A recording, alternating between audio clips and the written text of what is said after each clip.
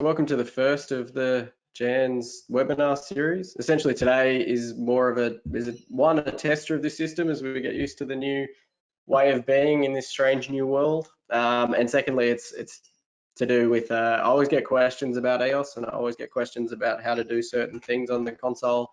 And today is about answering a few of those questions that you guys have sent in, but also to run through some of the just some of the cool features that if we get time to show as well. I trust everyone can see what I'm showing. It looks like we can. I would also like to point out there is a raise hand button that you guys have on your webinar screens that you should see. If you feel like you would like to ask a question, I can unmute you at that point in time, so I have the power to do that.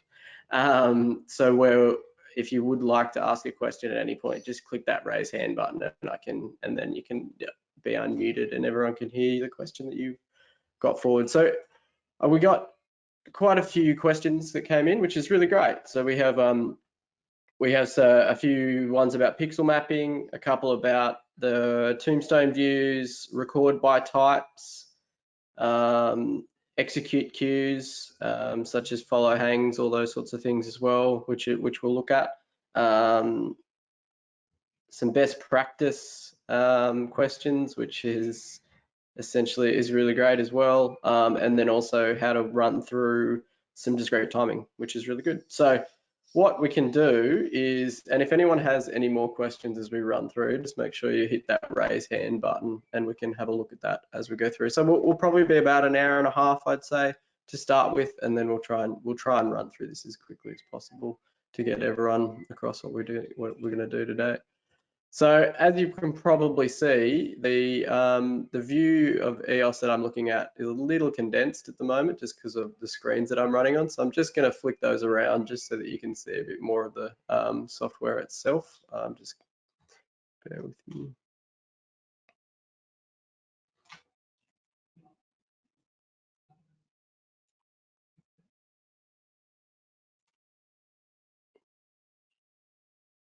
Okay, so that should look a little bit better just so that we can see a bit more of the software. I've tried to break it up a little bit just so that we've got a bit of access to some of the elements on the screen. So essentially what you'll see today is I'm actually running the EOS version 3.0 software, which is the public beta. This is available for everyone to download now if you have a My ETC login, and you can go to the forums. So this is the Augment 3D beta as well, which has access to the Augment 3D interface, which you can see if I open up in a tab here. This is the new Augment 3D interface, which allows us to do our 3D programming tool and the ability to kind of redefine the way that programming works. Now, the thing that we can do with the Augment 3D is it allows us to, if it initializes, it allows us to go through and program our fixtures while also seeing the output, but also using the AR, the augmented reality tools available at our fingertips for EOS. Now, because I'm running a couple of things at once, this might take a little while to initialize. We're not going to run through this in detail today, just to say the fact that we're showing you that's here. We will do some Augment 3D sessions later on down the track, and we also will do some Augment 3D. ETC has an Augment 3D webinar that they're running on the 14th of April. So we'll flick back to the software for now. Cool. All right, so let's just kick off. The first thing, one of the first questions I got was, how do I get started with pixel mapping? This is one question that comes up quite often. Pixel mapping is one of the things in this console that has been in there for quite a while. I think it's been in there since the version 1.9.8 software. When you think about that, it's version 3.0 now that we're running on this console. Now, pixel mapping involves a couple of steps. What it's about is essentially creating the map and the fixtures that you're going to use on the map, and then also looking at how you then interface in with the layers on top of that map. So the console itself has an integrated pixel mapper. One of them is, you can see if we jump to one of my other views here. I'm just going to open up the pixel map screen for you. Now, essentially, the pixel map screen will give us, sorry, let's do it here. So the pixel map screen will give us the ability to set up our pixel maps. And this is the first step in doing this. I mean, there is a step that we have to do in patch as well in order to put in the virtual pixel map, but essentially we're going to start here for today. So in order to add a pixel map in, you actually have to tell the console which pixel map you want to add. So I've just hit the number 1 and we're going to add in pixel map number 1. As I add in that pixel map, it just shows me now I have the ability to now tell the pixel map how many pixels it has. So what's the width and what's the height. So now when we go through and we look at the pixel, the map itself, you see there's all of these blue squares that are sitting on the map. They are each of the individual pixels. So when I want to interface in with the width and the height, you can either just click in the column that you want to change, or again, the soft keys are accessible for you guys down here. So you can also do it straight from the command line. So essentially, to make this simple, I'm going to do a 10 by 10. We have a 10 by 10 pixel map sitting on here now. So this sits in our pixel map 1. The big thing that we need to do is we need to set a server channel, and we also need to set a layer channel. So what are the layer channels? What are the media layer channels and the FX layer channels that we're going to use for these? So media layer channels being channels, the layers that are going to use actual media, so your picture files and your movie files. The FX layer channels being channels that are going to use the effects layers in the console. So the way we set which server channel and layer channels you use is essentially up to you, because you need to patch those channels into the console. So if we add a tab here and we go into patch, what we're going to do is we're going to select our channels. So I'm going to use 1000 for the server. So we go into 1000, we go to patch, click type, we find the virtual media server channel. So virtual server, ETC fixtures, cool. Now, because these are a virtual server, they don't actually need to be patched to an address because they're virtual, they're within the console itself, so they don't actually need to be patched to an address. So now we can go in and we can go, okay, so what's the layer channels? So we go 1001, let's do 1001 and 1002.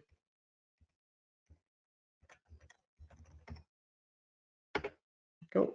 Again, type. We're going to go to virtual again. And we're going to do effect layers for now, for today, just because I don't have any content in here at the moment. 1001, channel 1000, channel 1001, and channel 1002 are our virtual server and the virtual effect layers. So once I go back to my pixel map, what I can then do is I then set which server channel and which layer channels we want this to use. So the server channel is obviously going to be 1000 because that's where we put our server, and our effects layer channels are going to be 1001 and 1002. Cool. So we've now put them into the console. So once we've done that, what we need to do is we need to then assign fixtures to the map.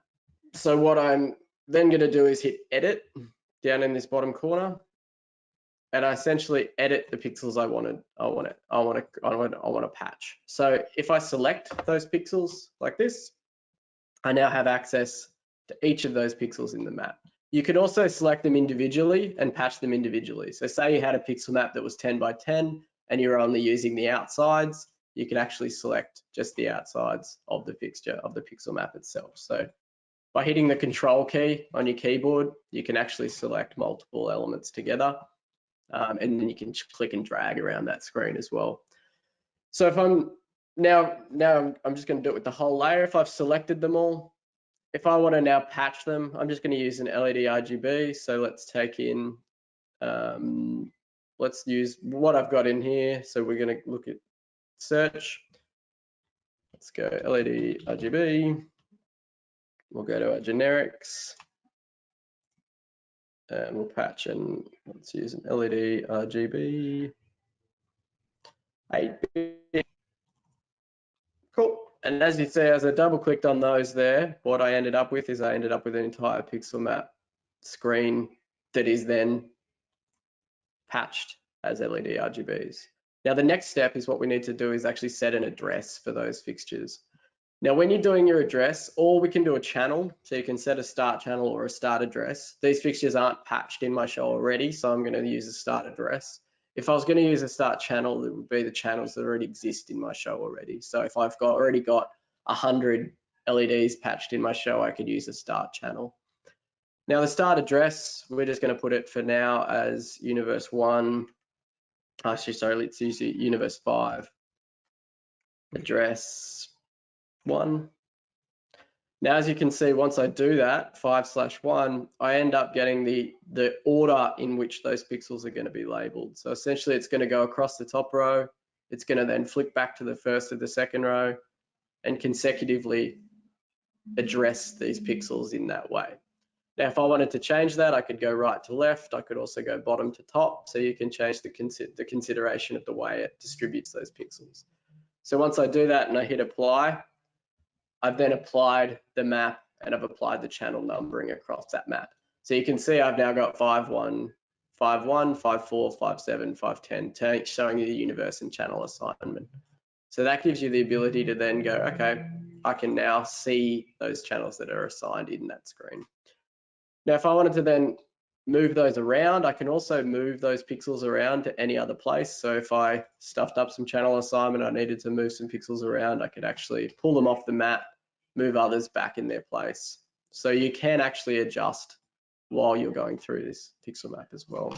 You can also delete. So I could click and I could hit delete on the keyboard and delete one of those fixtures as well.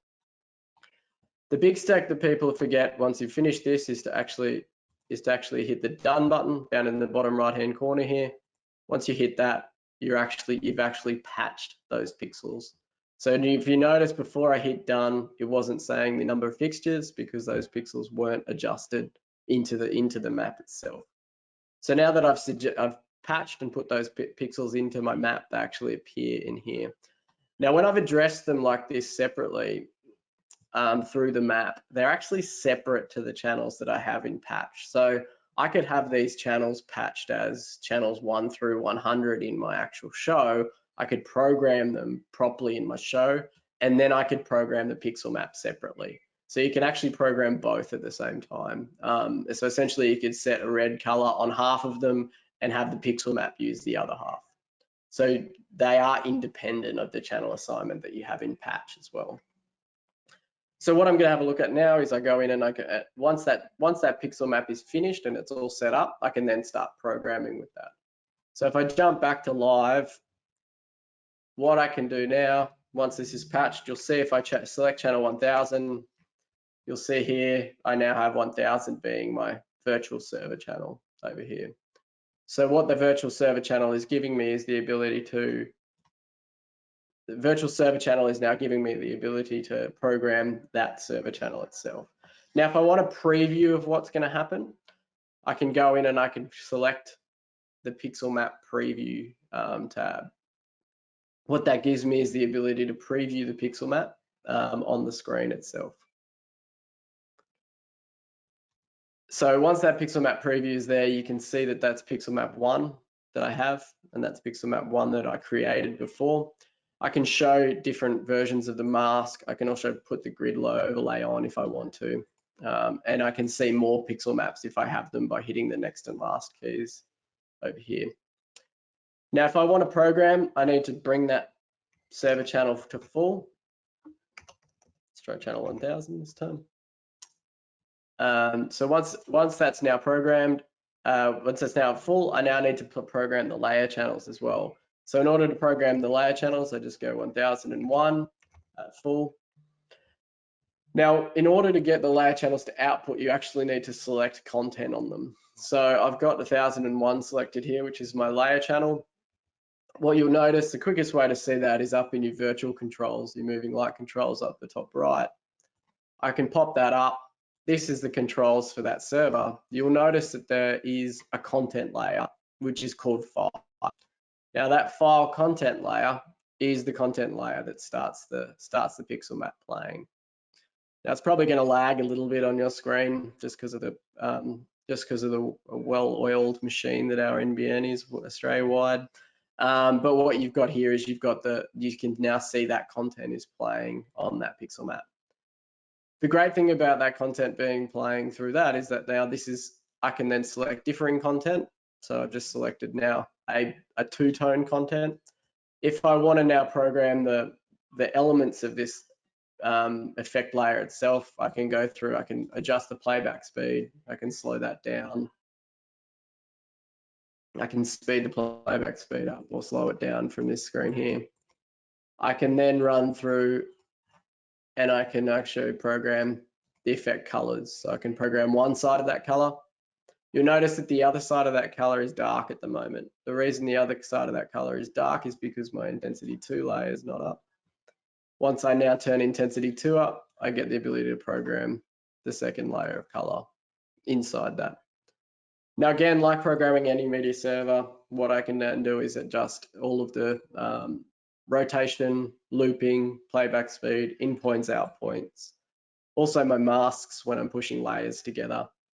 So the masks, so the way that any media server works is that the layer channel essentially controls the image, and the server channel, which is channel 1000, controls all of the elements that are master to the server. So essentially the server channel itself will program, if you have a look here, the server channel itself will give us the ability to program in all of my rotates and scales on the main server itself. So in the order to, if I wanted to scale that image, if I wanted to move that image across, if I wanted to mask that image. Cool. I can also have a master intensity for multiple layers. Cool. So that's the just a quick overview of the pixel mapper. If you had media and you wanted to put media onto the console itself, what you actually would do is instead of patching an effect layer into our pixel map, you'd actually patch a media layer. So that's the media layer section here. That allows you to then patch into the images itself into the console. Now, if I wanted to add those images to the console, I need to import them in. So in your browser, what you can do is you can go into File and Import, and then Pixel Map Media, and it allows you to import the Pixel Map Media into the console. So that then is there, it allows you to put your own custom media on, which will be attached to the console itself. So that kind of travels with the console. Now just keep in mind, obviously the more pixel map media you put on the console itself, the more of the storage of the console it takes up. So you've just got to look through what that essentially the storage capacity of the console that you're working on is at that point in time, or using a client to put pixel maps and media server on. Cool. So that's essentially the breakdown of pixel maps. Does anyone have any questions? If you've got any questions, feel free to raise your hand and I'll let you ask them. But if not, I'll move on to the next question.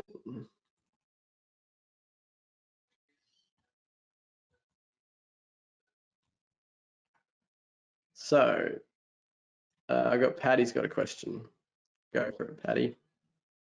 Hey mate, with the storage capacity and all that, can you keep your can you keep your content on a USB stick that's just plugged into the console and reference it back that way rather than importing it in? Yeah, you can also put it on client consoles as well. The other thing is you can also use a server, like a networked in system. So essentially, if you've got your storage set up over a network's file managed system, you can store from a networked location as well. Yeah. Cool. Alrighty.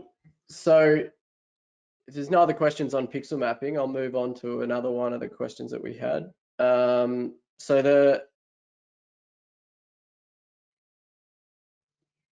So one of the questions I had was how to merge show files. So it's something some people might know already, but I'll run through this quickly. So one of the good features about the console is essentially merging show files together. What we can do in the merge function is essentially what we're doing is we're taking something from a previous show file and merging into the current show file that we have active. Now, obviously, there's some caveats to when we do this. So if you're merging in queues and you don't merge in your fixtures, then you're not going to have much playback in your queues. So you've got to look at merging back in, you've got to merge in elements that are related to each other. So if you're going to merge in your queues for queues itself, then it's usually a good idea to also merge in your palettes and those sorts of things too, because they're going to have referenced information in those queues. Otherwise, it's just going to push that into absolute data for your shows. So when I go into merge, you do that through the browser. So I go into merge and I go into the show file I want to merge from. So you can see a lot of the stuff that we've done. If I want to merge in from my level 2 show, what I then get the ability to do is then I can then merge in the elements that I want to push into the show. So if you just select queues, it's going to pull in all the queues that you've got and essentially overwrite the queues that are existing in your console. So probably not what I want to do right now. If I want to pull in all the beam palettes, the same again. If I want to pull in all the effects, the same again. Mostly what you will want to do though is hit advanced and you will want to merge in elements of your show. So if I want to merge in, say, one queue, I can hit the queue that I want to merge. So if I hit the queue section over here, it allows me to then on the right-hand side of the console on the screen, merge in elements of the show. So I can pull from a certain list. So if I want to pull from list 2, I can pull it to a certain list. So I can actually make it list 3 in the new file if I wanted to. I can then pull in Q1. I can then pull in Q1 to 2. So what that is doing is pulling Q1 and 2 from list 2, putting it in list 3, and then target essentially is which queue do I want to target. So if I wanted to put it at Q11, I'm pulling in Q list 2, Q1 and 2, and putting it at Q list 3, Q11 and 12. So that then brings me, it will bring it into that show file that I'm working on once I hit OK. I can then also look at bringing in, say, other elements. And so you can just load this up full of elements you want to bring in and bring that in. Keeping in mind that if you bring in, if I already had a QList3, Q11, it would overwrite the current QList3, Q11 that I had existing in the console. So once I hit OK, it's going to merge all of those elements into the show file that I'm working with currently. So that's a quick introduction to merge. If there's any questions in that, feel free to raise your hand. But I will move on if there's not.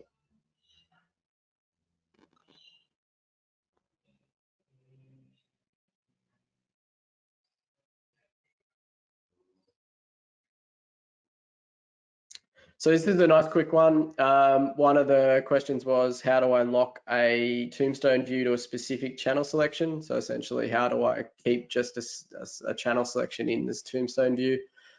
This is a really good little feature and a pretty quick one. So if I'm choosing channels 1 through 10, if I want to lock those channels as the channels that are in that screen, what I'm going to do is I'm going to go Flexi, and then I'm going to go View Channels, and then that locks that into that screen.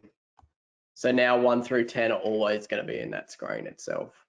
Now, one thing to just keep in mind with the Flexi is it will always bring in another channel that's selected as well. So if I have channel 11 selected, or if I have channel 101 selected, it will bring it into that screen. Once it is deselected, it will get rid of that channel. So if you can see that, it's still keeping channels 1 through 10 into that screen there. So essentially the way to do that again is you select the channels that you want, say 1 through 5, hold the Flexi key, and then hit View Channels.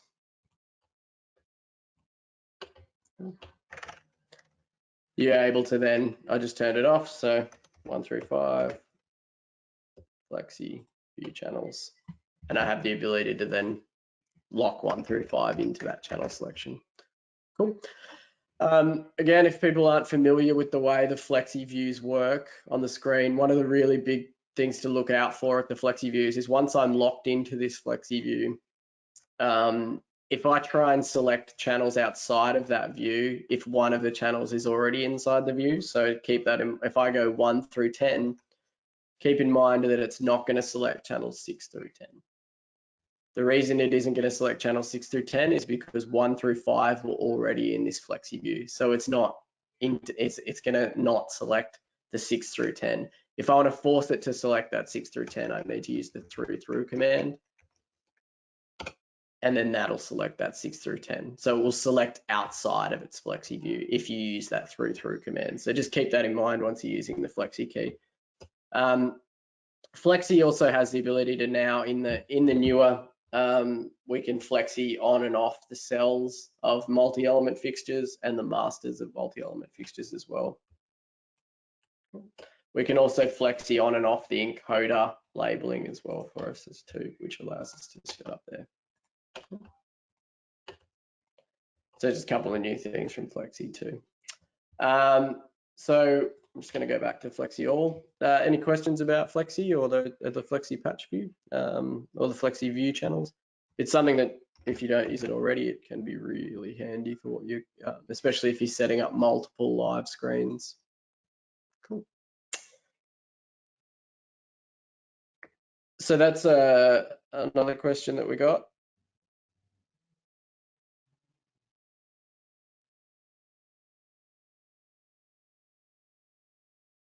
So we're just running through this list of questions. So another one we had was how do I execute queues in a certain another list? So a multi-queue list show.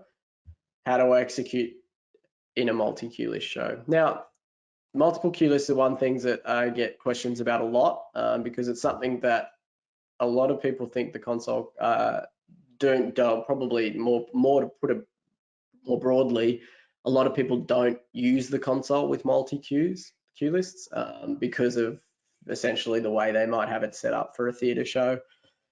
The ability to use a multi-queue list can really help the way you're going to program your show. So what I'm going to do here is, first off, let's have a look at programming into and selecting a second list. So I have a queue list 2 here, which you can probably see is called band chase down underneath my playback status display here.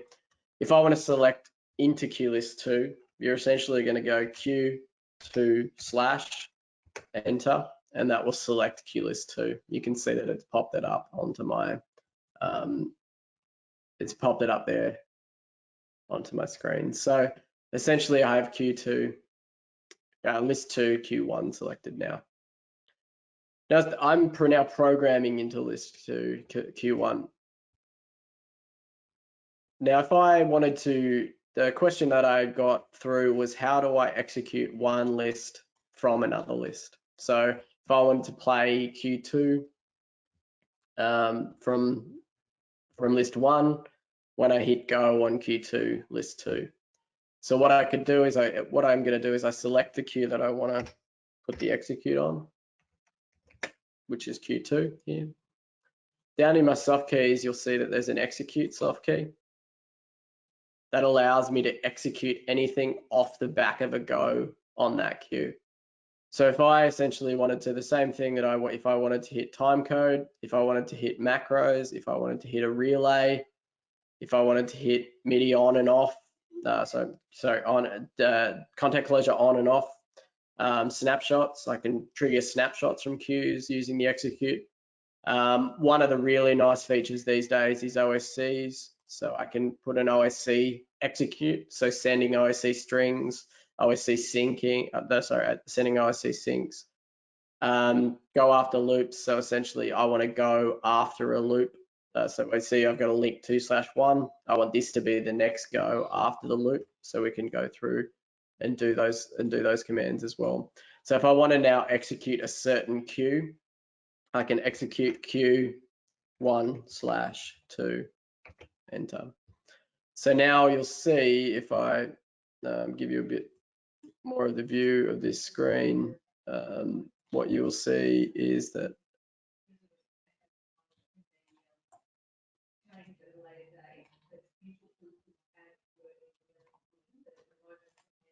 so what you'll see is I now have an external links column that's executing that queue. So once I hit go on Q2, it will play queue list 1, Q2 through. And that's an actual go, so it's not a go to command, it's a go, so it'll follow through on that queue list. If there's any follows and hangs or anything like that running on the queue list, it'll then follow through on that. So I'm just going to load up queue list 2. If I hit a go, And then if I hit a go on that, it is now also going to play QList1. You can see down here on the bottom of my screen that it's also then played QList1, Q2 in that command as well. And I can continue playing through that. Every time I hit Q2, it'll play that QList1, Q2 again. So that's the external links column. That external links column can also fire macros. So some of you may have already done that already with a macro. It's really simple to do it just with a straight go to queue, with a go to queue command in a macro, but you can also do it in a queue, in an execute queue command, which is just there like that. Cool. So that's essentially now playing back, and that you can see there I've played back all those queues with that. Again, you could use a go to queue command to release that queue stack again. So one thing that you might want to do, especially if you're triggering in a busking sense, where you're going to trigger, or you want to trigger a set of queues and then you want it to release at the end. So if I want to put a go to queue out on the end of Q3, on execute on Q3, I'd select the queue that I want, which is Q3. I'd go execute. We could put a macro in that is a go to queue out command, or we could execute a release on this command. So what we can actually do here is we can say, all right, I want to execute Q3, QList1, Q3 on this command. So again, going through, I can go execute this queue, then execute the next queue in order. Or I can execute, say, a macro, which is a go to queue out command on that queue itself. Cool. So is there any questions about external links there? If you've got, yeah, just sing out at any time. If you've got questions, feel free to.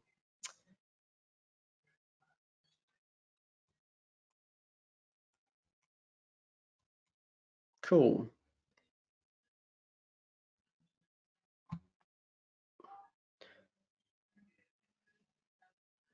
Now, another question that I had is a way to record a by type color palette with a channel range selected and not have discrete values stored, which is a good question, actually. This is one of the things that I try and explain a bit when I do in-person, in-class training sessions, is how to use by type palettes and how they actually will you be able to be used in your programming. So in order to use a by type palette, you actually, first off, I'll just jump back to my main snapshot. You'll see that in my direct selects down the bottom here, I have some color palettes stored. Now you can easily and quickly tell which of these color palettes are by type palettes by the little T in the top left-hand corner of those palettes. So that is telling me that is essentially a by type palette. Now, what does a by type palette mean? A by type palette means that, say I had one of my fixtures recorded into that palette. Say I had one of my D60 lusters that are in this show, which you can see showing up as magenta here. If I had one of those recorded into my show, I would then have the ability to go in and go,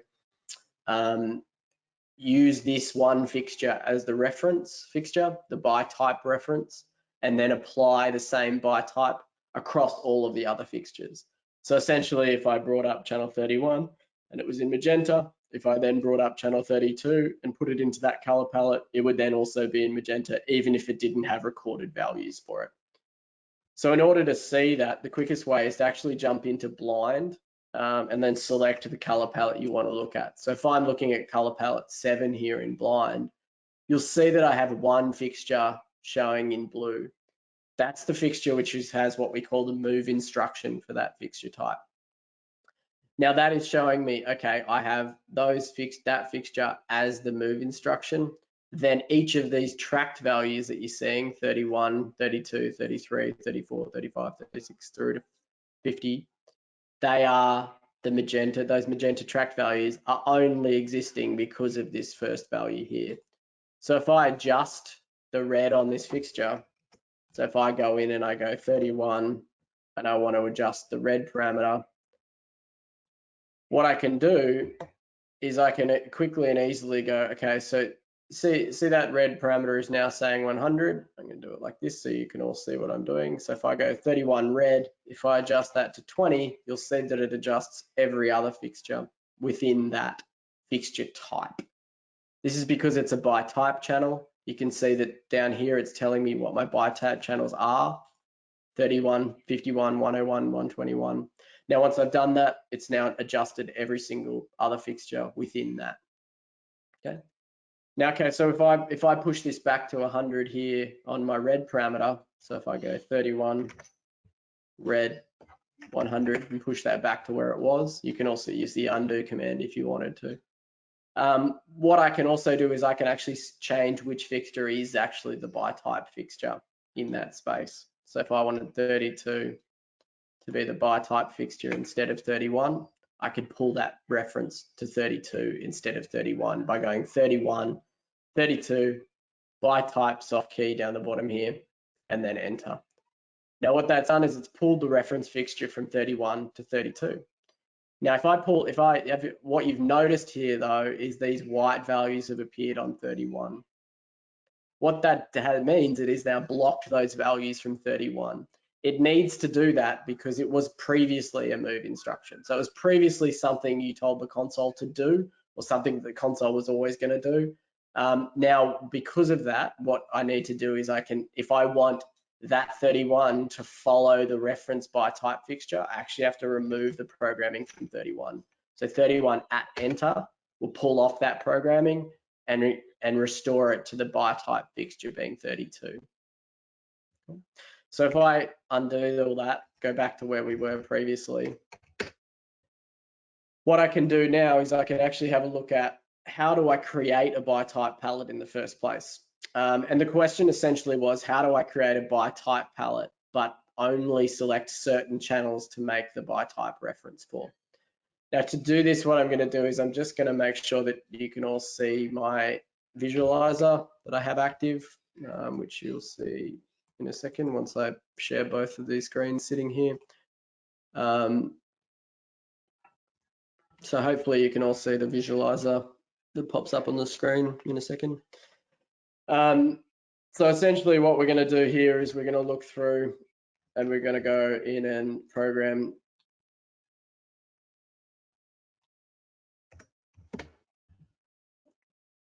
a new palette, new color palette using a bunch of fixtures, and then we're going to create that as a by type palette so you can see. So what I'm actually going to do, a good little trick that I like to do is actually create, say, a references group that has like one fixture of each type that you're going to be your by type palette. So first off, I'm just going to do that. So I'm going to use channel 31 and I'm going to use channel 101 in this just for this exercise. Actually, I'll use 101 and 111 because they're more similar fixtures.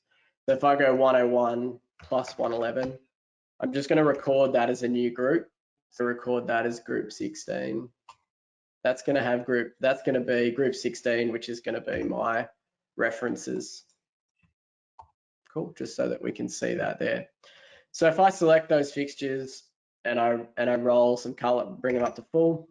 So you'll see there's one of each type showing on the screen now. If I wanted to roll some color into those, let's just select a color. So I'm going to select something in the magenta space. Let's grab 101. Let's roll some of that yellow out. Cool. And then 111. Do the same, pull that yellow out of there. Cool. So we'll create something that's a bit more magenta. So no, what we're going to do is let's now create a palette and let's now create it as a by type palette, but we're only going to create the by type palette for the 111 fixture. So in order to do that, what I'm now going to do is I'm going to go record. So good habit to get into is actually selecting the fixtures you want to record into the palette. Now this is a really handy habit if you are going to record a lot of palettes. At the moment, it doesn't matter so much because we only have two fixtures active and both of them we want to record. If I do have multiple fixtures active at any one time, you do want to select the fixtures that you are going to want to record into each palette. Otherwise, you're going to get a lot of mess into all of your palettes. Now, so group 16 is our reference group. So I've selected that and I'm going to record it. I'm going to record everything for the color just for this palette. And now we're going to record that into color palette 10. Cool. So as you can see there, I've recorded color palette 10. with the values for 111 and 101 in there. Now, if I go in and let's just quickly label that palette because I hate unlabeled palettes. Cool. So this is our by type tester. So now if I want to select just 111 to be a by type, I'm going to do it in blind, so just so you can see what I'm doing. Blind, color palette, 10, brings up that palette that I want to run. So if I go 111, I now can select a fixture, I can select by type, and I can hit enter. It's now put 111 as the by type reference for those fixtures. If I go to 101, you'll notice there's no by type reference for 101 in there as well. So 101 is just discrete values, what we call discrete values, which are the white values that are in there. Then 111 is my reference values for the palette. Cool. You can also pull anything out of those reference values as well. So if I wanted to pull out the color select, I could go 111, just so you can see. I'm going to do it here. Color select. So I can pull out values just like I can any other palette. So it's now pulled out just by pulling it off 111. It's pulled out every data for 111. Now in the live screen, if you're going to do any updates, you can actually do, if you only update 111, you're going to be updating the whole group of all of them because it's referenced from 111. If you do an update on 113 in live, so let's say if I go to live and if I go 113 at full and I put that into a dark blue, let's just take that to full cyan. So that 111, that fixture there, which is now full cyan,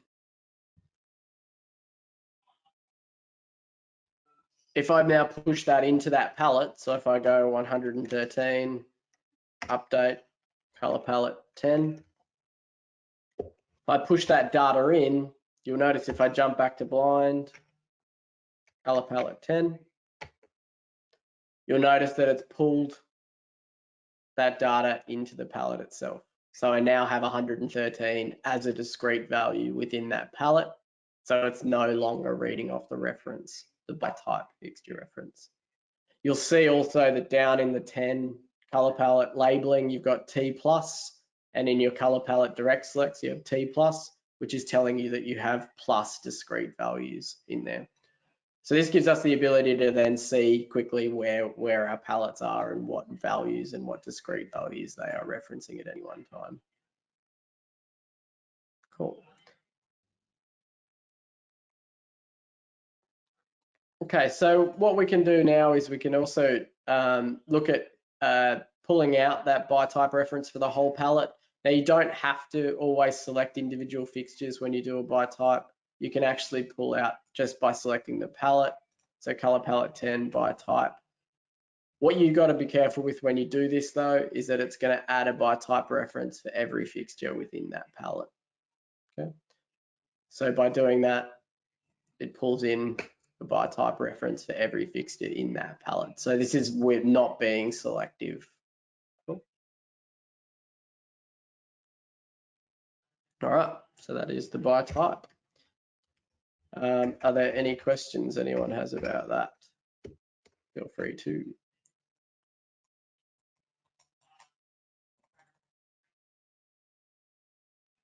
Cool. So one of the good things about by type palettes as well, while we're looking at this, is that the by type palettes really allow us to, you can do this not just for color, you can do this for zoom, you can do this for any of those generic parameters that may be in a fixture. Obviously by type palettes for pan and tilt aren't going to work very well, but by type palettes for any of those generic parameters will allow it to pick up those generics. So what I will run through next is there's a question about discrete timing as well. So when we look at discrete timing, what we're going to look at is how do I place discrete timing on fixtures, and how do I edit and see discrete timing once it's on a fixture. which is a good question. Okay, so discrete timing is one of those elements of the console that allows one fixture to fade slower or faster than the actual queue time exists. So in the console, we have two levels of queue time. We have queue-based timing, which is essentially the whole queue itself, and then we have discrete timing, which is the ability to time an individual channel inside a queue. We can also do timing based on the individual. So we can also put part queue timings as well into the console. Cool. Before I kick off, I just had a question from Roderick. I'll just unmute you, Roderick. Go for it. Hi, Eddie. Could you go back to just the console screen and lose the visualizer? It's really hard to read what you're actually doing at this point in time. No problem. I'll jump back. Thank you. That's all. Done. So when we're looking at discrete timing, what we're going to be looking at is we're going to be looking at timing placed onto a channel. Now, when you look at a channel itself, what you're going to look at when you look at a channel's discrete timing, you've got to realize that the channel itself, the discrete time, becomes a property of that channel, which means that it's a recordable move instruction that has to go into a queue. So what we need to look at, I'm just going to jump back to my queue list one. What we now need to look at is okay, so what is the best method for recording a discrete time and looking at a discrete time? So I'm going to go into the state of Q1. I'm just going to load up Q1. So essentially Q1 on the stage at the moment.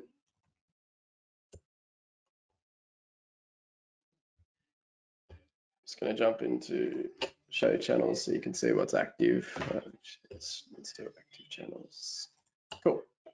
So we're in active channels at the moment. You can see which channels are fading in this queue. So we're going to go forward to the next queue. So in this next queue, channels 3, 4, 5, and 6 fade up. Okay. So what we've got when that channels 3, 4, 5, and 6 fade up is they're following the queue time at the moment. Now that queue time is sitting there as a default 5-second time. That default 5-second time is what any fixture within this queue at the moment is following. We don't have any discrete time on this queue. We can see that because there's no plus icons next to the queue timing. Okay. So if I want to go into putting a discrete time on a channel, I can see that channels 3, 4, 5, and 6 have faded up in this queue because they're blue on the screen. Okay, so I'm going to put a discrete time of 10 seconds on channel 4. So in order to do that, I just go 4 time, so hit the time key on your console, and I put 10 and then enter. What you'll notice is when I do that, you end up with a red T sitting on that channel itself. So everyone can see that, hopefully on the screen, that you've got a red T. Now that red T is giving you the fact that there is a discrete time sitting underneath there. If I need to update that discrete time into the console, so the next step, sorry, to put the discrete time into the queue is I need to update that queue. So I can hit update, and I'm going to update into that queue that new discrete time. Now with that discrete time updated, what I've then done is I've then actually now added that plus icon on the queue list display. So the playback status display now has the plus icon to show you that there's a discrete time under there. Unfortunately, one of the issues with discrete times is the fact that in this playback status display, we can't see what the exact timing is. So if I want to see what time is under the discrete time in my channel view, my live table, if I hold down the time key, which is, there are 2 time keys on the newer consoles. It's the time key over in the right-hand side of the console. If I show you the virtual keyboard, it is this time key over here on the right-hand side. Now that time key will be what you hold down to show the time on the console. You can double hit that time key and it will stick that time. Cool. What that allows me to do then is, now that I've got that, I can see that time that's in there. If I go back a queue and then I hit go, you'll see that that single queue single channel is fading up over 10 seconds within that queue. So that's the discrete time sitting on that channel itself. If I want to pull that discrete time off again, all I need to do is I can just do for time enter, pulls it off, and then update enter will push that new change into that queue. So that gives the ability to chuck in that discrete time as and I'll take that discrete time off that queue itself.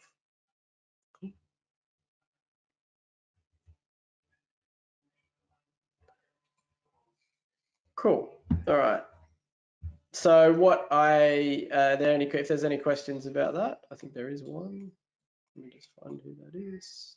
Bradley, go for it. Yeah, hi. Could you also use this like the same method for like delaying a fixture?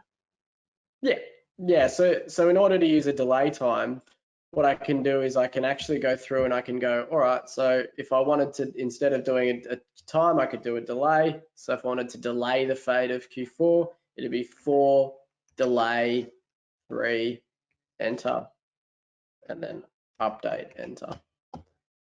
Cool. And then I've put a delay on that time itself. So if I hold down the time key, you'll see that it says 3/-- showing you that there's a delay time, but no change to the up fade time.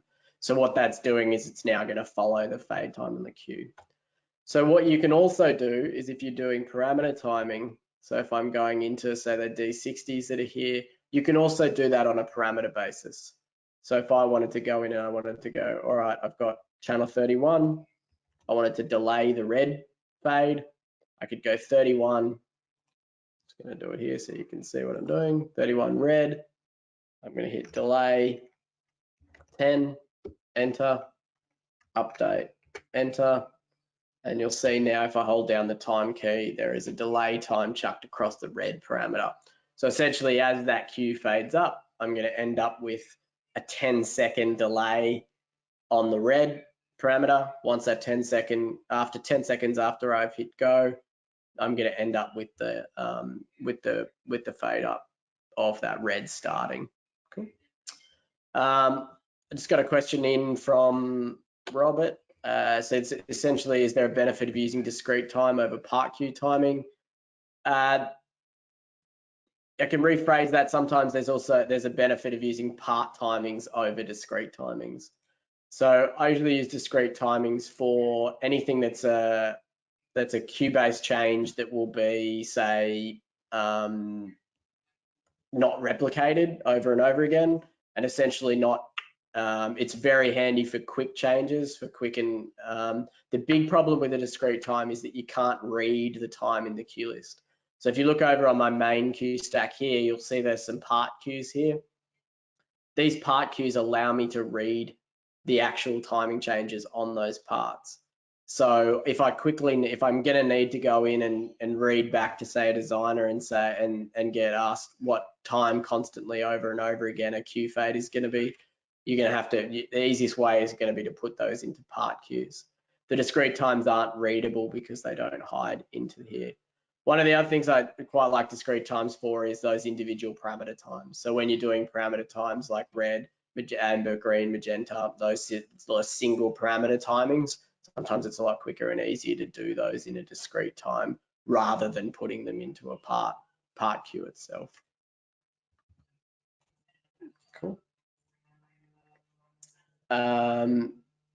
So any other questions on that while I'm running through discrete timing? So some other stuff you can use discrete timing for, which I quite like to show, is that discrete timing allows you to have the ability to put fans on timing. So if I wanted to put a discrete time that one fixture 31 through to 50, they fade up in order. So 31 first, 32 next, 33, 34, 35.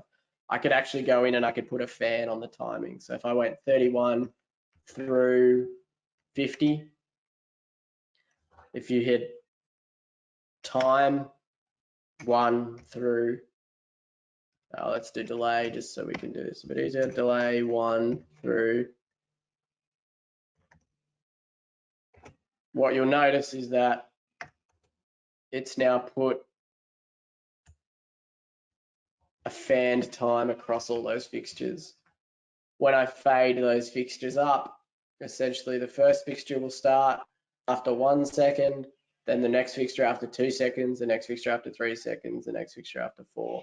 So essentially when I go back a queue and I hit go, you'll see that one fixture, next fixture, next fixture, next fixture, rolling through each of those fixtures. So we can actually put, this is another benefit to using a discrete time, is that we can actually put these sorts of delays onto groups of fixtures.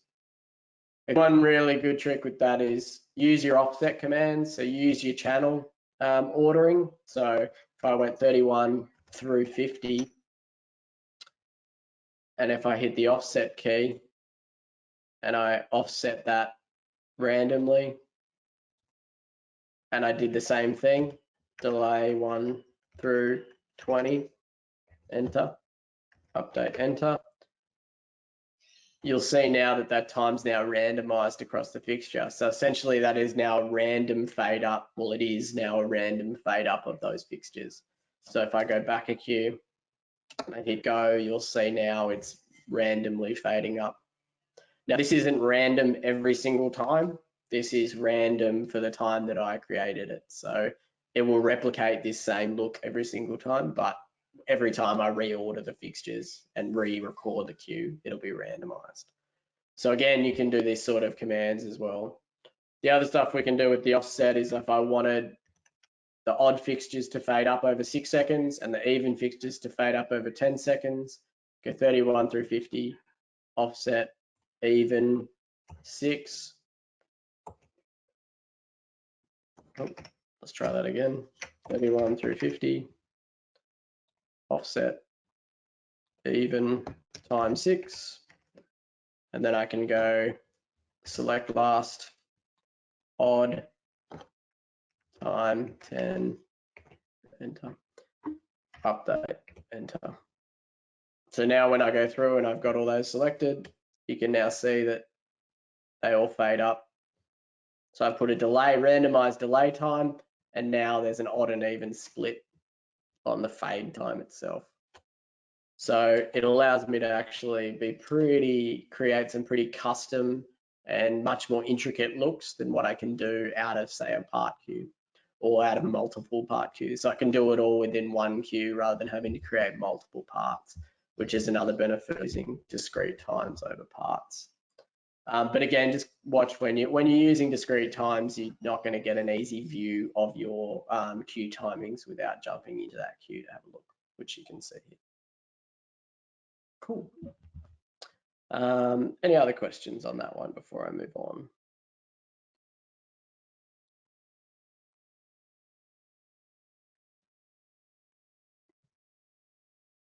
Cool. So we had a couple of questions about merging as well. Another question that came through about merging and merging individual channels. I'll try and get to that at the end if I get a chance.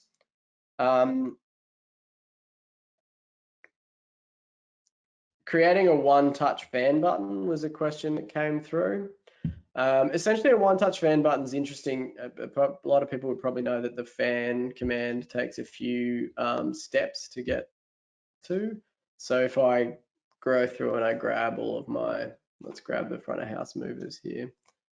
So I've got 101 through 105 as my front of house movers. Now, if I wanted to fan the pan and tilt across these, if I wanted to grab them and fan them, it'd be select the group. There's a fan key on the console, but I'm just going to use the key on the soft key so you can see it. So fan center. Once I hit the enter key, you'll see as I hit the encoder, it's now fanning those fixtures. So essentially the middle one is staying put when I'm using the tilt encoder, and the other ones are moving offset from each other. So that's essentially put fanning from center. One of the things that people would notice is that that takes 3 keystrokes to do. If I'm doing a lot of fanning, so say it's going to be a lot of fan from center, I know that I create a lot of looks that need to come into the center, or I need to create a lot of fly out looks that are going to be keep that central. What I would also create is a couple of macros that build that fan command into one separate keystroke. If you don't already, you'll notice the way this screen's set up. I mean, it's not that great for this one monitor, but when you're running multiple monitors, it's really nice and easy to put a direct select line at the top and at the bottom of those screens, especially depending on the screen real estate that you need.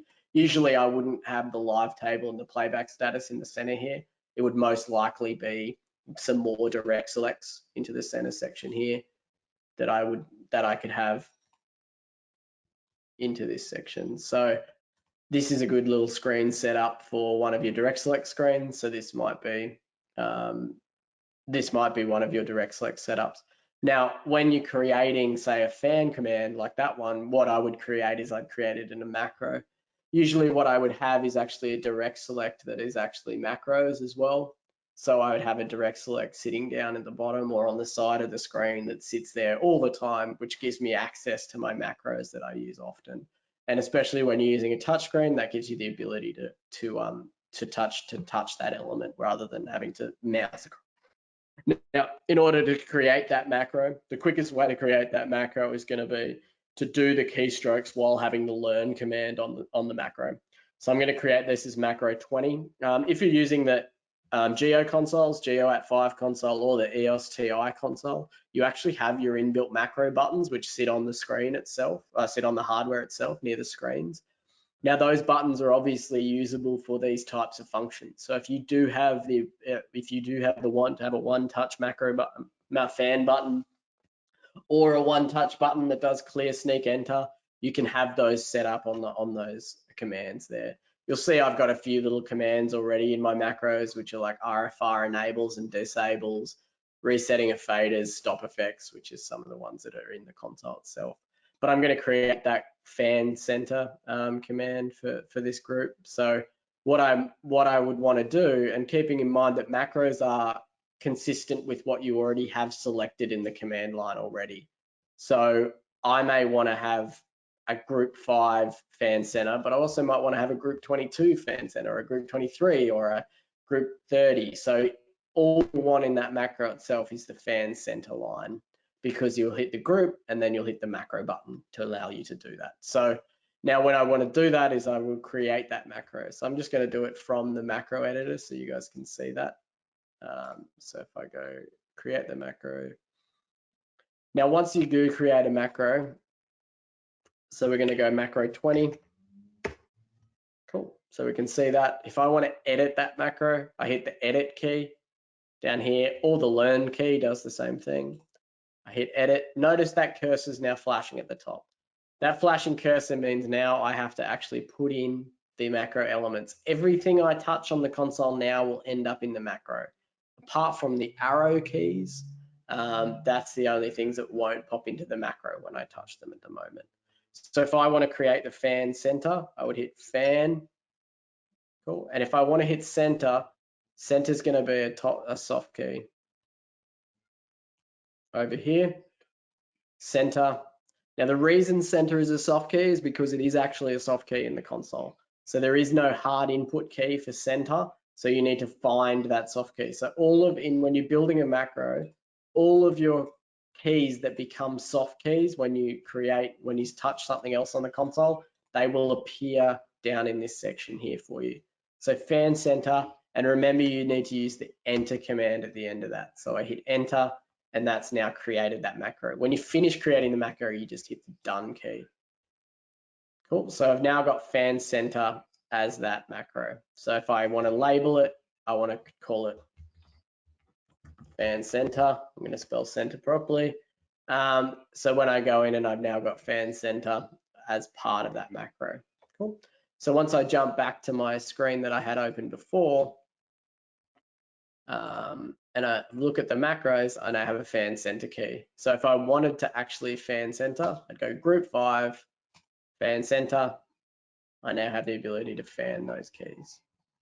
So these are the sorts of things that you'll set up in your master show file. Now, if no one does it already, I would recommend having a blank show file or a show file that has all of your elements that aren't related to show-based functions.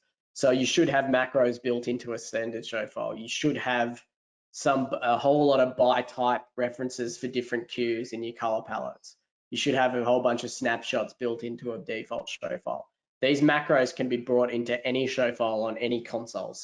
So you don't have to keep building them again. You build yourself a main default show file, and by using the merge commands that I showed at the start of this session, you can then merge back and forth into queues as you go forward.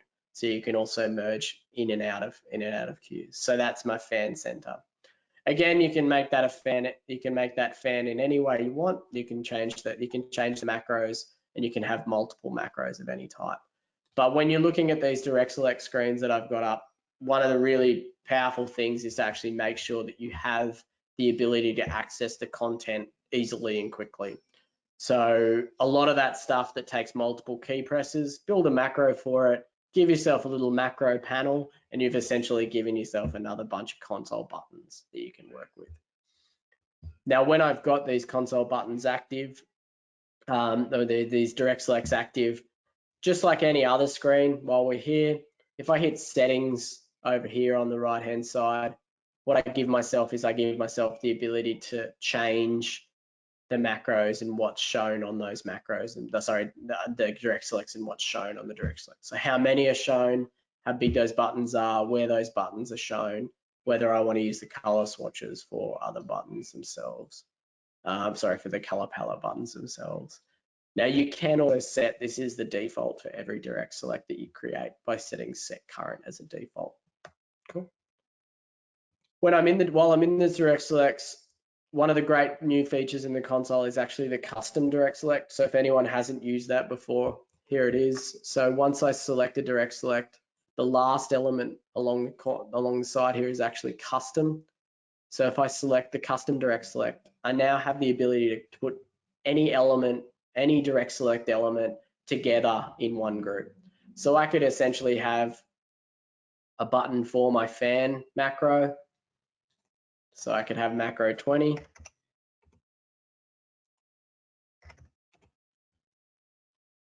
Yep. I could then have over here, I could have my color palettes.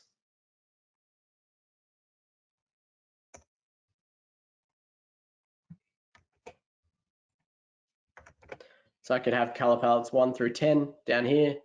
I could then also have some of the groups. So I might want groups 5 through 10.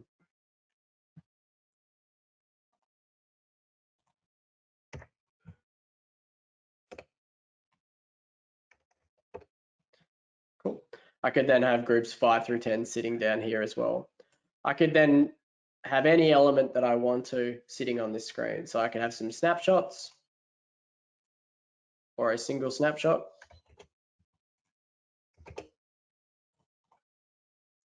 And I could have that sitting on the screen itself. Now, once that's now sitting there and doing and created, I can actually then delete things out of there if I want to. So in order to delete them, hold the escape key, which is on the top right-hand side of the console. So this escape key over here. So hold that escape key down, and then you can delete elements out of there.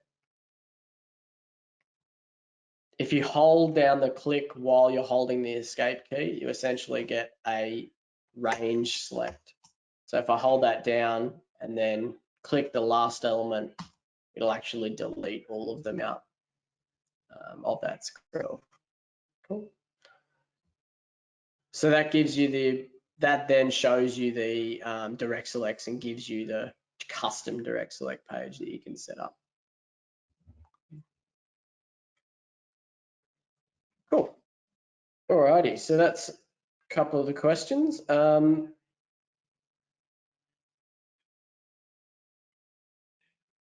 We had a couple of generic questions that came in about console setup and best ways to operate the console. I mean, really the generic question, so essentially one of the questions was how do you go about learning the platform, and in order to achieve best practice, there are so many ways to do things.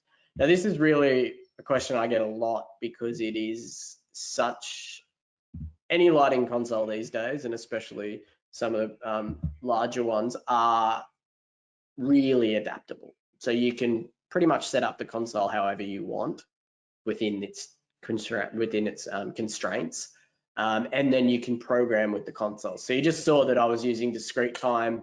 You can also use part queue times to do essentially the same functionality. In order to learn best practice, I would really recommend sitting through the ETC YouTube videos if you haven't already. I mean, you will pick up stuff that you probably haven't learned already, and you probably will. They do that in a very, very logical way. What is really good about those YouTube videos as well, they come along with a set of workbooks, and which we teach in our training courses.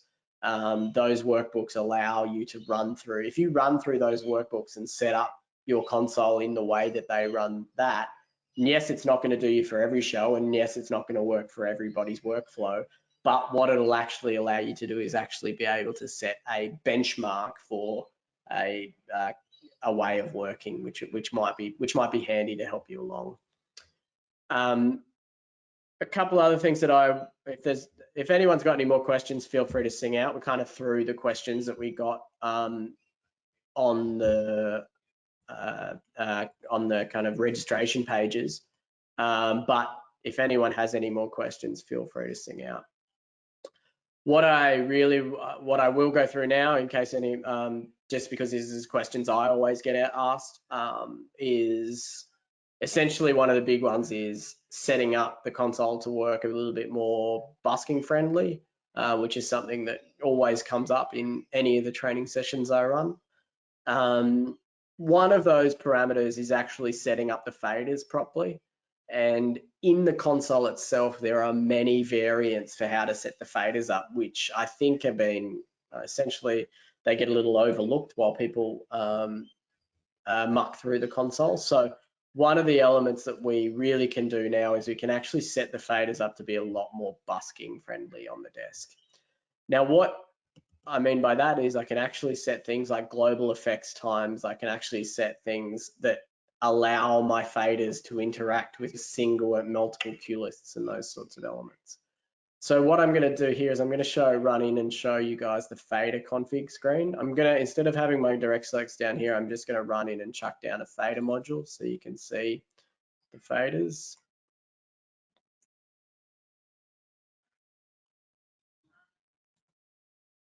My screen resolution may not work very well for this, so let's change that tact. Let's put them over here.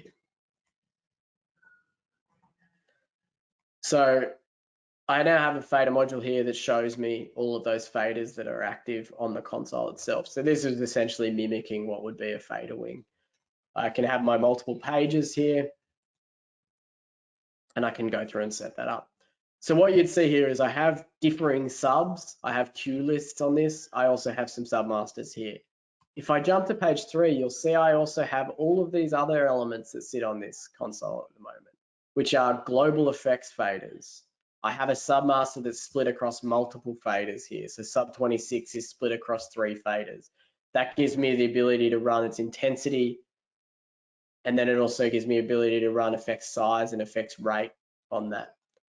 Now, one thing I'm sure it's not going to come through properly, the effects onto the visualizer, but I'm going to chuck the visualizer back up so you guys can see. I may change screens to do this, so just give me 1 second so that we can.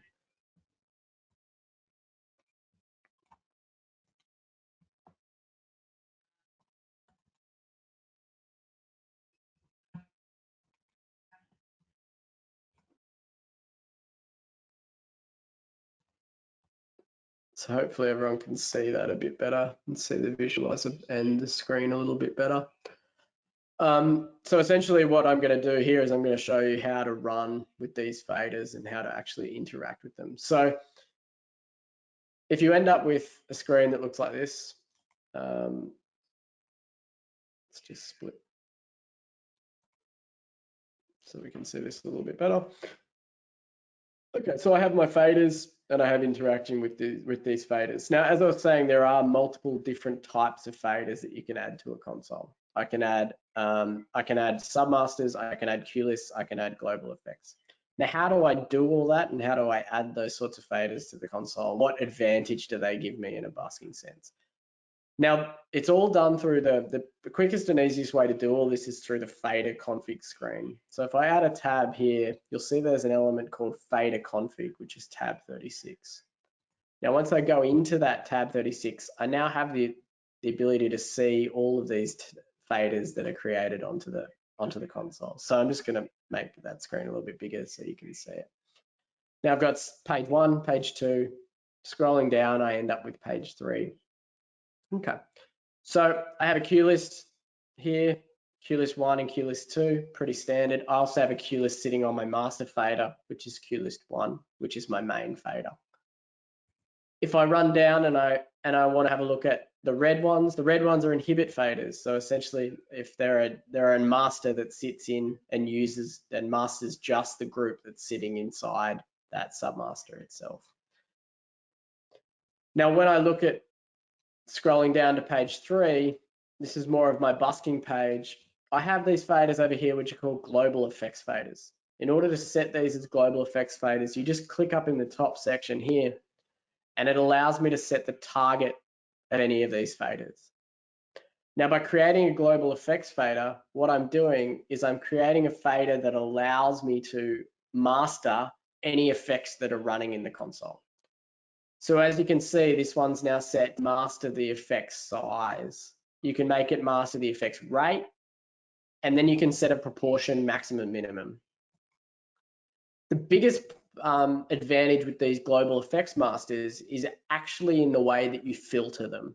So at the moment, if I click that, you'll see that there's no filters on this global effects master. What this means is that when I bring that fader up and I bring it down, it will be changing the size of any effect that's running in the console. What I can do though is I can actually filter it so that it only works on certain effects. So I can filter it so it only works on effect 901. So now that master is essentially a master for effect 901. More importantly though, and better for a busking scenario, might be masking parameters. So essentially, if I go to the parameter masks, that might come across your screens. It's probably pretty hard to see for you guys because it flicked up. But essentially, I can put a cyan parameter mask on the fixture itself and go in and go, okay, I want a cyan parameter mask across those faders. So now what I've done is I've put a cyan mask on this fader, which allows that to only work on a cyan effect. So just in the same way as the cyan effect, what I would do is I'd also could put a focus one on here. So if what I do now is I've got a focus effect, now that effects master itself is only going to work on all of my focus effects, so my pan and tilt effects. So I've got a global effects master that does that with size. You've then got the ability to have a start and stop button for the effects, a freeze button, which is really, really handy because that just essentially is a pause button. You can then also fire macros. So those macros might fire other effects, or they might fire presets, or they might fire cues. So you might have macros that start and stop the effect as well. So you can actually set up these global effects masters. The other really handy busking feature, which I get a lot of people ask for, is how do I set up a manual time? So these manual time faders allow me to set up a default manual time in the console. So essentially, when that manual time is set to where it is, it will make sure every fade that I do in the console or every snap change happens over a fade. So if I go back to my faders page, if I set that manual time to say 3 seconds, and I bring up the psych fixtures in this show,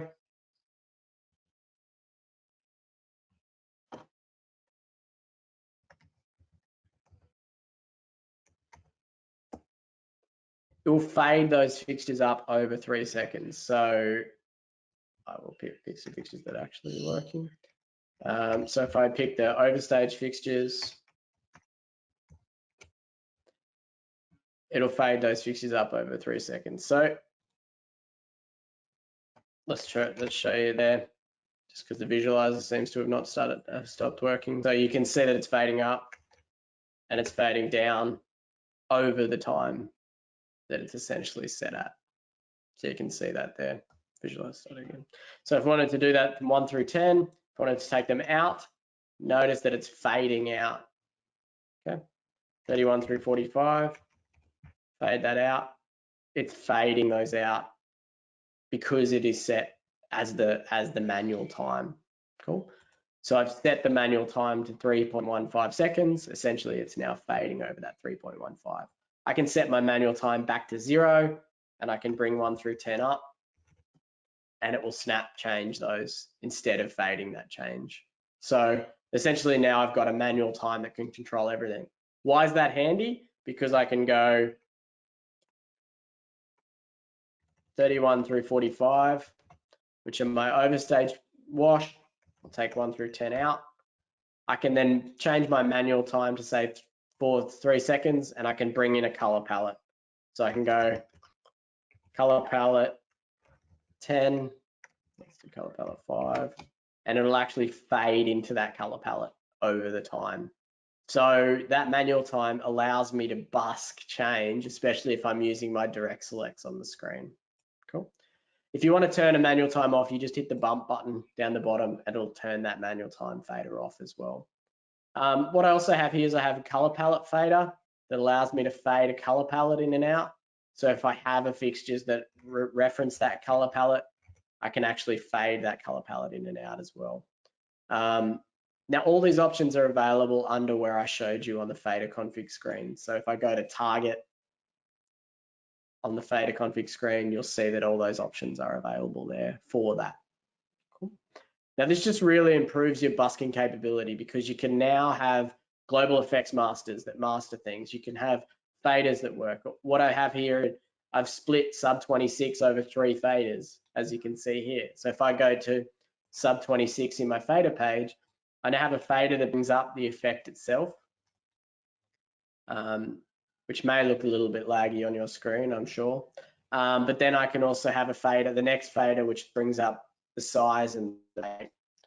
So the ability to then go in and do those sorts of commands and be able to have multiple elements within one queue stack is within one fader set is what's really important. Cool. Cool. So if are there any questions anyone has on any of that? So that just gives us a quick little rundown on a few questions. I have one question come in from somebody. I'll go from Rhett. Go for it, Rhett. Hey, yeah, I'm just wondering about setting up your BPMs to executors for flashing as well as your global settings and soloing them as an effect while you're holding it over the top. Yeah, so you're talking about solo an effect on a fader as well as having the ability to have a BPM flash. Is that? No, so like setting BPMs to the executors as flash queues as well, and then having them solo over the top of whatever you're using while you're holding them. Yep. So essentially what I would do in that instance is we would set the BPM settings for that queue as a macro and then set the macro button to the fader itself. So what we'd end up doing is setting down here the macro. That macro ID would be whatever it would be, so 20.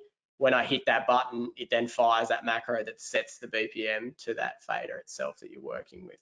So the other way to do it is actually set a global, you could have a global BPM on your rate faders, so global master. And then the other way I sometimes set it up is that you would have your direct selects be able to, when you have your direct select set up, when I go to them, one of them would be your macros for your BPM settings. So essentially use your macro buttons like what you would call executors on other consoles. Yep. Yeah. So essentially the way, when we set all that up, we get the ability to then go in and say, okay, so macro 20 sets my BPM to this level. Or it's so I can set a tap BPM myself. So macro 20 might be set me into tap BPM mode. Yep. Yeah, sweet. Cool. All right. Any other questions anyone's got?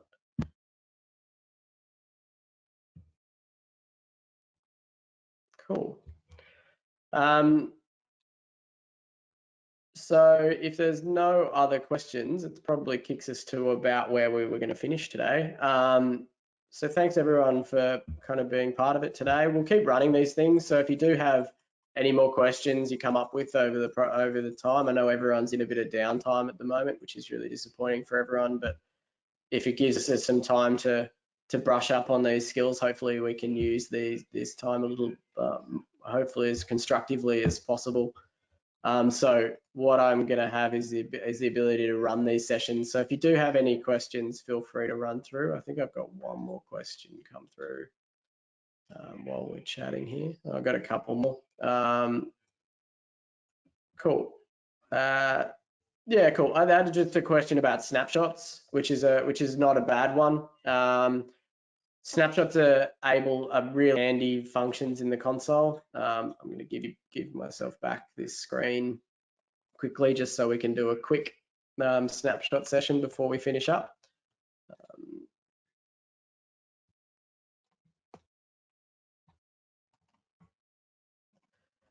So when we look at snapshots, what we're actually looking at is we're looking at the screen itself. So what you're doing a snapshot of what you're seeing on that screen. So or what's currently configured on any of the consoles itself. So if I hit snapshots, you notice I've got a snapshot 1, which pulls me back to this main default screen I've been using today. Now, what I can do is that while doing that, I can actually record another snapshot that might be slightly different. So it might pull me into having lamp controls here. I might have over here, I might have beam palettes, and up here I might have a magic sheet. So this might be my snapshot 2. Now, in order to record that snapshot 2, you actually just hit the record button, and then the snapshot becomes the soft key. So snapshot, record snapshot, and then 2. So be really careful because you always want to select the number first when you're recording a snapshot. So once I do that, I created snapshot 2. This number here is not the snapshot number, which many people think. It is the number of the monitor. So I've got one monitor here, which becomes my monitor 1 snapshot. Over here, it allows me to check what parts of the snapshot get recorded and what parts don't. Now, what I can do over here is I can say, I want to record the faders, I want to record the encoders, the filters, the direct selects, favorites, and custom direct selects. Down here is the monitors and which frames are recorded into that snapshot. So at the moment, I'm recording monitor 1. I'm recording the fact that frame 1 was there, frame 2 was there, frame 3 was there, frame 4 was there. It was set up as this, it was set up as that. Now, this allows me to then store that snapshot in the elements that I want to. I cannot store what was in frame 4, for instance. I cannot store that element in there if I didn't want to, which means that if when I bring back that snapshot, frame 4 will not change. It'll change from previously what it was. So say frame 1 was always going to be my macros pane. I could not record that into any snapshot so that it doesn't accidentally interact with the snapshots. Once I hit enter, it records that snapshot. That snapshot's now recorded into the console, and I now have the ability to have a snapshot 1 and a snapshot 2 that I can go between. This is just my quick snapshot screen. I can also run the snapshots by using the snapshot key. I can go snapshot, what is snapshot 1 or snapshot 2, and I can change between those snapshots. Cool. So that gives me a quick little run through on the way to record a snapshot. Just be careful with the snapshots. What they're going to be recording is exactly what was active at the time that you changed screens. So if you notice, my snapshot 2 recorded that I was live in Magic Sheet up here. If I'd recorded it with the beam palette selected, so like so, so if I record snapshot 2 now, you'll notice that once I go between snapshot 1 to snapshot 2, I go from live into blind. So snapshots will change the state of the console too. It's not just the labeling of where you were. Question came through, can you label the snapshots? You definitely can. So in order to get into the snapshot labeler, you just double tap the snapshot key. That will push you into snapshot labeling. Sorry. So double tapping the snapshot key gives you the snapshot window.